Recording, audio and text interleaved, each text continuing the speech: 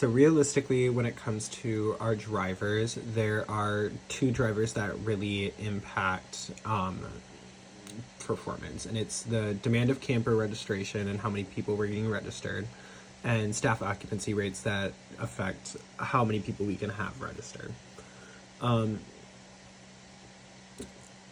Simply put, when it comes to opportunities and alternatives, the easiest strategy for minimizing the current deficit would be to raise the prices for camp registration, even though like that would ruin some of the equality, especially with the population that we served, as kind of discussed before.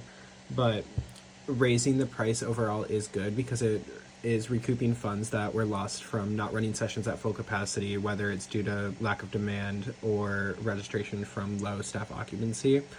And then also on top of that, even raising it 3% at this already large price point makes it not seem like a lot to what's being added on. I want to say it's about like $50 that gets added on to that price of $1,750.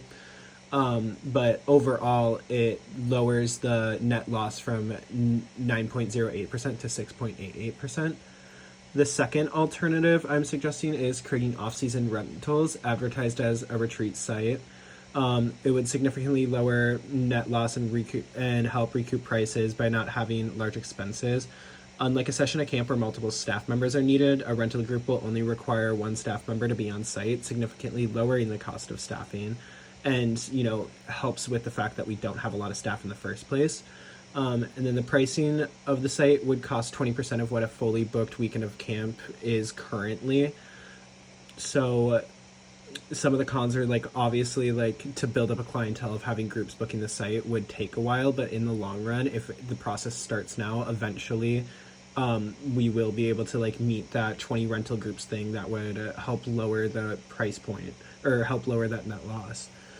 And it is like just really easily profitable in that sense, when our biggest fees are really just like maintenance and like staffing one person.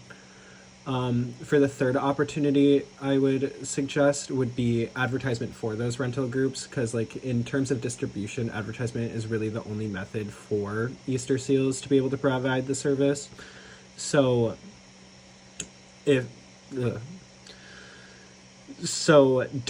once those advertisements go out, and if we budget like $4,000 for them, it only lowers our net loss by 0.02%, which isn't great, and in the grand scheme of things earns more money in the long run.